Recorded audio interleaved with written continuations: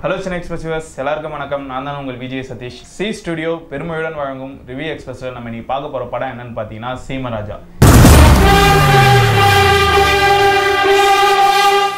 இந்த சீமராஜா ரிவ்யூக்கு போறதுக்கு முன்னாடி ஒரு விஷயம் சொல்லிக்கிறேன். சிவகார்த்திகேயனுடைய தீவிர ரசிகர்கள், சிவகார்த்திகேயன் கோசம் என்ன வேணாலும் செய்யற ரசிகர் வந்து இந்த படத்தோட ரிவ்யூ வந்து ஸ்கிப் பண்ணிட்டு போறது வந்து நல்லதுன்னு சொல்றேன். ஏன்னா வந்து பாத்தீங்கன்னா இந்த படத்துல ஃபுல் அண்ட் ஃபுல் வந்து பாசிட்டிவா மட்டும் சொல்லாம படத்தோட நெகட்டிவ் பாயிண்ட்டும் வந்து நாங்க சொல்ல இருக்கிறோம். சரி, ஓகே, படத்தோட ரிவ்யூ ஸ்டார்ட் பண்ணதுக்கு முன்னாடி படத்தோட ஒன்லைன் நம்ம வழக்கமான பொன்றாம் படம் மாரி இந்த படத்துலையும் பார்த்தீங்கன்னா ஒரு நில சம்பந்தப்பட்ட கதையாக தான் வந்து இந்த படத்தில் கொடுக்க வந்திருக்காரு. படத்தோட கதை ப்ளஸ் வந்து சிவகார்த்திகேயனுடைய இதை பற்றி நான் கடைசியாக சொல்கிறேன். அதுக்கு முன்னாடி வந்து நம்ம சூர்யா பற்றி சொல்லிடுறேன். சூரியோட ஆக்டிங் எப்படி இருக்குன்னு பார்த்தீங்கன்னா படம் ஃபுல்லாக சூரிய வராரு. ஃபர்ஸ்ட் ஹாஃப் பார்த்தீங்கன்னா சூரியோட காமெடி வந்து அங்கங்கே சிரிக்க வைக்கிற மாதிரி இருந்தாலும் செகண்ட் ஹாஃப்ல வந்து நம்மளை ரொம்ப சோதிக்கிற மாதிரி இருக்குன்னு சொல்கிறாங்க ஒரு சில காமெடிகள். ஒரு பர்டிகுலர் சீனில் வந்து அவர் இந்த படத்துக்கோசம் ரொம்ப கஷ்டப்படுறான்னு சொல்லலாம். அது என்னன்னு பார்த்தீங்கன்னா படத்துக்காக சிக்ஸ் பேக் வச்சிருக்காரு. ஒரு காமெடியானா இவர் இதை வைக்கணுமான்னு பார்த்தா அது தேவையில்லைன்னு சொல்லலாம். ஆனால் அதை ஒரு டார்கெட்டாக எடுத்துன்னு இந்த படத்தில் அவர் இம்ப்ளிமெண்ட்டும் பண்ணியிருக்காரு. அந்த சீன் வரும்போது தியேட்டரில் நல்ல கிளாப்ஸும் இருக்குது, விசிலும் பறக்குதுன்னு சொல்லலாம். அது மட்டும் இல்லாமல் அந்த சீனை இன்னும் கொஞ்சம் அவரை நல்லா யூஸ் பண்ணிருக்கலாம். அவரை மொக்க பண்ற மாதிரி தான் அந்த சீனை கொடுத்துருக்காங்க அப்படின்னு எங்களுடைய கருத்தா இருக்கு. ஆட இவ்வளவு விடுங்க ராஜா, உங்களுக்கு தீபிகா படுகோணல் தான் கரெக்டா இருக்கும். யோகி பாபுன்றவர் எவ்வளவு பெரிய காமெடி லெஜெண்ட் வந்து இப்போ வர எல்லா படத்துலயும் வந்து ப்ரூவ் பண்ணிட்டு வராரு. அவர் வர சின்ன சீனா இருந்தாலும் அந்த படத்துல வந்து கிளாப்ஸ் வந்து செம்மையா இருக்கும்னு சொல்லலாம். ஆனா இந்த படத்துல அவர் வந்து ஒரு சீன்ல வராரு. அந்த என்ன சீன் சொல்லிட்டு எங்க வாயில சொல்ல மாட்டோம். இந்த படத்தை நீங்க பாத்துருந்தீங்கன்னா அது என்ன சீன் சொல்லிட்டு எங்க கமெண்ட் பாக்ஸ்ல கமெண்ட் பண்ணுங்க. எங்களுடைய பாயிண்ட் என்னன்னா இந்த படத்துல சூரிக்கு பதில் இவரை காமெடியா போட்டுருந்தீங்கன்னா படம் எங்கேயோ போயிட்டு இருக்கும்னு சொல்லலாம். ஏன்னா வந்து இது ஒரு ஆவரேஜ் ஃபிலிமா இல்லாம ஒரு பிளாக் பஸ்டர் ஃபிலிமா கூட அவர் எடுத்துட்டு போயிட்டு இருப்பாரு காமெடி வைஸ்னு சொல்லலாம். அதுதான் எங்களுடைய கருத்தா இருக்கு. அடுத்தது பாத்தீங்கன்னா சமந்தாவோட ஆக்டிங்கை பத்தி சொல்லணும். இந்த படத்துல வந்து புதுசா அறிமுகமாகிற ஹீரோயின் மாரி இந்த படத்துல வந்து அவங்க யூஸ் பண்ணிருக்காங்க சொல்லலாம். ஏன்னா வந்து சிலம்பம் பிளஸ் ஒரு பிடி வாத்தியாரா வந்து இதுல நடிச்சிருக்காங்க. இவங்களுடைய போர்ஷன் வந்து சிலம்பம் சுத்துற போர்ஷன்லாம் வந்து இந்த படத்துல வந்து ரொம்ப அழகா இருக்குன்னு சொல்லலாம். அதுக்காக மெனக்கெட்டு நடிச்சிருக்காங்கன்னு சொல்லலாம். முக்கியமா பாத்தீங்கன்னா கிளைமேக்ஸ்ல அவங்க போடுற சண்டை வந்து நல்லாவும் இருக்கு. அது மட்டும் இல்லாம நல்ல கிளாப்ஸையும் வந்து அவங்க பெறுறாங்கன்னு சொல்லலாம். கொஞ்சம் கேட்டு பாரு என்ன பத்தி. அடுத்ததா பாத்தீங்கன்னா நம்ம லால் சாரை பத்தி சொல்லி ஆகணும். வழக்கமான ஒரு வில்லன் தான் சொல்லலாம். ஏன்னா வந்து வழக்கமான ஹீரோக்கு தர டார்ச்சரும் வந்து இந்த படத்துல இவரும் தரான்னு சொல்லிட்டான். லால் சார் மட்டும் இல்லாம இந்த படத்துல வந்து அவங்க கூட ஜோடி போட்டு சேர்ந்து ஒரு வில்லியா வந்து நம்ம சிம்ரன் மேம் நடிச்சிருக்காங்க. இவங்க பாத்தீங்கன்னா இது ஒரு கம்பேக் பிலிம் சொல்லலாம். ஆனா இந்த படத்தை பார்க்கும்போது அவங்களை வந்து கோ பேக்னு சொல்ற மாதிரி தான் இருக்கு. ஏன்னா பாத்தீங்கன்னா நம்ம சிம்ரன் மேம்னாலே 80sலாம் பாத்தீங்கன்னா அவங்கள எப்படிலாம் பார்த்து ரசிச்சிருப்போம். ஒரு இதெல்லாம் பார்த்தீங்கன்னா அவங்க டான்ஸு, அவங்களுடைய ட்ரெஸ்ஸிங் சென்ஸ் அதெல்லாம் பார்த்து எவ்வளோ ரசிச்சிருப்போம். ஆனால் இந்த படத்தில் பார்த்தீங்கன்னா இவங்க ஏன்டா இந்த கேரக்டர் நடிச்சாங்கன்னு சொல்லிட்டு அதுமாரி ஒரு கேரக்டராக இருக்குன்னு சொல்லலாம். அவங்களுக்கு கேரக்டர் எழுதின விதமும் பார்த்தீங்கன்னா அவ்வளோவா அவங்களுக்கு சூட் ஆகலன்னு சொல்லலாம்.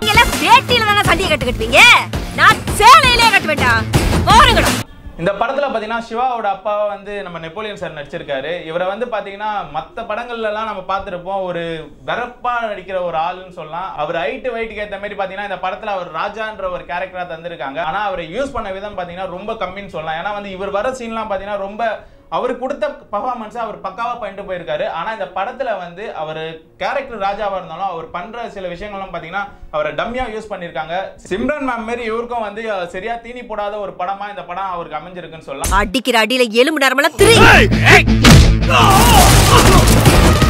நெக்ஸ்ட் பாத்தீங்கன்னா இந்த படத்தோட ஒளிப்பதிவை பத்தி சொல்லி ஆகணும். இந்த படத்தோட ஒளிப்பதிவை பார்க்கும்போது தான் இந்த படத்தோட ப்ரொடியூசர் ஆர்டி ராஜா வந்து எவ்வளவு இந்த படத்தை வந்து செலவு பண்ணியிருப்பாரு அப்படின்னு வந்து நம்ம வந்து யோசிக்க வைக்குது. ராஜா கால சீனா ஆகட்டும் அதெல்லாம் பாத்தீங்கன்னா நம்ம பத்மாவத் படம் பாத்தீங்கன்னா உங்களுக்கு தெரிஞ்சிருக்கும். அதுல வர விஷுவல் மாரி இந்த படத்துலயும் இருக்கு. என்னுடைய பாயிண்ட் ஆஃப் வியூவா இருக்கு. அது மட்டும் இல்லாம பாத்தீங்கன்னா ஒரு சாங்குக்கு அவர் எடுத்து இந்த மெனக்கேடு வந்து ரொம்ப நல்லா இருக்கு. விஷுவலா பார்க்கும்போது அது இன்னும் பிரம்மாண்டமா இருக்கு. அது என்ன சாங் பாத்தீங்கன்னா உன்னை விட்டா யாரும் எனக்கு இல்ல. அந்த சாங் வந்து பிரம்மாண்டமா எடுத்திருக்காங்க சொன்னா விஷுவலைஸ் பார்க்கும்போது அது ஒரு விஷுவல் ட்ரீட்டாவும் இருக்கு.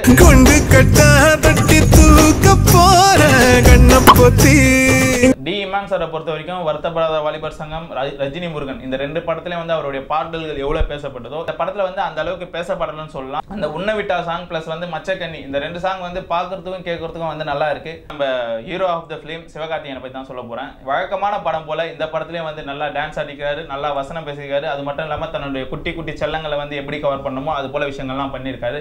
அது மட்டும் போதுமான்னு பாத்தீங்கன்னா அது மட்டும் போதாது இந்த படத்துக்கு. ஏன்னா வந்து பாத்தீங்கன்னா அவர் வந்து இப்ப இருக்கிற லெவல் வந்து வேற லெவல்னு சொல்லலாம். அதுக்கேற்ற மாதிரி அவருடைய ஆக்டிங் ஸ்கோப்பும் இந்த படத்துல கொஞ்சம் இருந்திருந்தா நல்லா இருக்கும் தான் எங்களுடைய பாயிண்ட் ஆஃப் வியூ இருக்கு.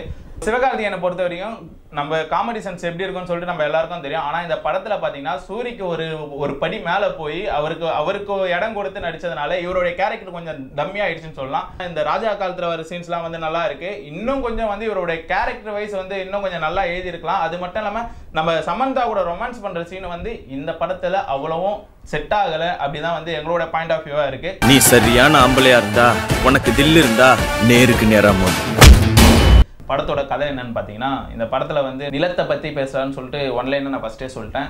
இது மட்டும் இல்லாமல் இந்த படத்தில் வந்து 2 ஊருக்கான பிரச்சனை, கடம்பவேல் ராஜா அவருடைய ஸ்டோரி, அது மட்டும் இல்லாமல் இந்த படத்தில் முக்கியமாக பார்த்தீங்கன்னா விவசாயியோட பிரச்சனை பற்றி பேசியிருக்காரு. விவசாயிகள் பிரச்சனை எல்லாரும் வழக்கமாக பேசுகிற பிரச்சனையாக இருக்குன்னு சொல்லிட்டு நீங்கள் பார்க்கலாம். ஆனால் வந்து அது பேசிதான் ஆகணுன்ற ஒரு சூழ்நிலையில் இப்போ நம்ம இருக்கோம். இதில் எப்படி ஒரு புதுவிதமாக சொல்லியிருக்காங்க பார்த்தீங்கன்னா, நிறைய பேர் வந்து விவசாயிக்கு சப்போர்ட் பண்ணுறாங்க. அந்த சப்போர்ட் எப்படி இருக்குன்னா, சோஷியல் மீடியா மூலமாக தான் வந்து நம்ம புரட்சி செய்கிறோம், இறங்கி வந்து செய்ய மாட்டோம் என்ற ஒரு விஷயத்த ஆணித்தனமாக நம்மளுக்கு புரிகிற வகையில் வந்து இந்த படத்தில் வந்து கிளைமேக்ஸில் சொல்லியிருக்காரு நம்ம பொன்ராம். அவருக்கு அந்த விதத்தில் வந்து வாழ்த்துக்கள். அதனால தான் நான் டைரக்டரை பற்றி கடைசியாக பேசுறதுக்கான முக்கிய காரணம் இதாக தான் இருக்கும். நிலன்னு சொன்ன உடனே நம்ம எல்லாருக்கும் வந்து அவங்கவுங்க இடத்துக்கு அவங்கவுங்க தான் ராஜாவாக இருக்கணும் அப்படின்ற ஒரு வைராகியம் வந்து எல்லாருக்கும் இருக்கும். அதேமாரி பார்த்தீங்கன்னா இப்போ ரீசெண்டாக நம்ம சென்னையாகவே எடுத்துக்கோம். பார்த்தீங்க இப்போ வந்து சென்னையில் நீங்களே சொல்லுங்கள், தமிழர்கள் எத்தனை பேர் இருக்காங்க? நான் தமிழர்னு சொல்ல வரல, நம்ம மோஸ்ட்லி பார்த்தீங்கன்னா தமிழ்நாட்டில் சென்னை வந்து அதோடைய தலைநகரம் நம்ம எல்லாருக்கும் தெரியும். இதில் தமிழர்கள் சென்னையில் எவ்வளோ பேர் இருப்பாங்கன்னு கணக்கெடுத்து பார்த்தீங்கன்னா, வட மாநில மக்களை விட தமிழர்கள் வந்து ரொம்ப கம்மியான பர்சன்டேஜ் தான் சொல்லலாம். ஏன்னா வந்து இவங்க வேலைக்காக இங்கே வந்து குடிபெயர்ந்து இவங்களுடைய ஆட்சி வந்து இப்போ வந்து ரொம்ப இடத்துல வந்து இதுவாகிடுச்சுன்னு சொல்லலாம். இப்போ அவங்களுடைய உதவி இல்லாமல் இயங்க முடியாத நிலைமையில வந்து நம்ம தமிழர்கள் வந்து வாடிட்டு இருக்காங்க. இதுவும் ஒரு வித அடிமைத்தனமான இடமா தான் நம்ம சென்னை இப்போ மாறிட்டு வருது. இதெல்லாம் பார்க்கும்போது நம்மளோட முன்னாடி நடந்த விஷயங்கள்லாம் கண் வந்து போகுது. என்னன்னு பார்த்தீங்கன்னா, நம்மளுடைய ஆங்கிலேயர்கள்லாம் இது போல ஒரு சின்ன ஒரு தொழில் செய்கிற விஷயமா தான் நம்ம நாட்டுக்குள்ளே வந்தாங்க. அதுக்கப்புறம் பார்த்தீங்கன்னா நம்ம நாடையே வந்து ஒரு ஆட்சி செய்கிற அளவுக்கு வந்து அவங்க வளர்ந்தாங்கன்னு சொல்லலாம்.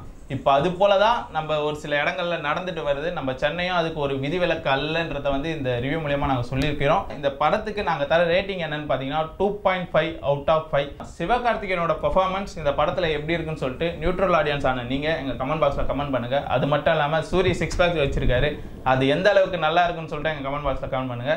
சமந்தா இந்த படத்துக்கு தேவையா அப்படின்னு சொல்லிட்டு இந்த கமெண்ட் பாக்ஸில் கமெண்ட் பண்ணுங்க.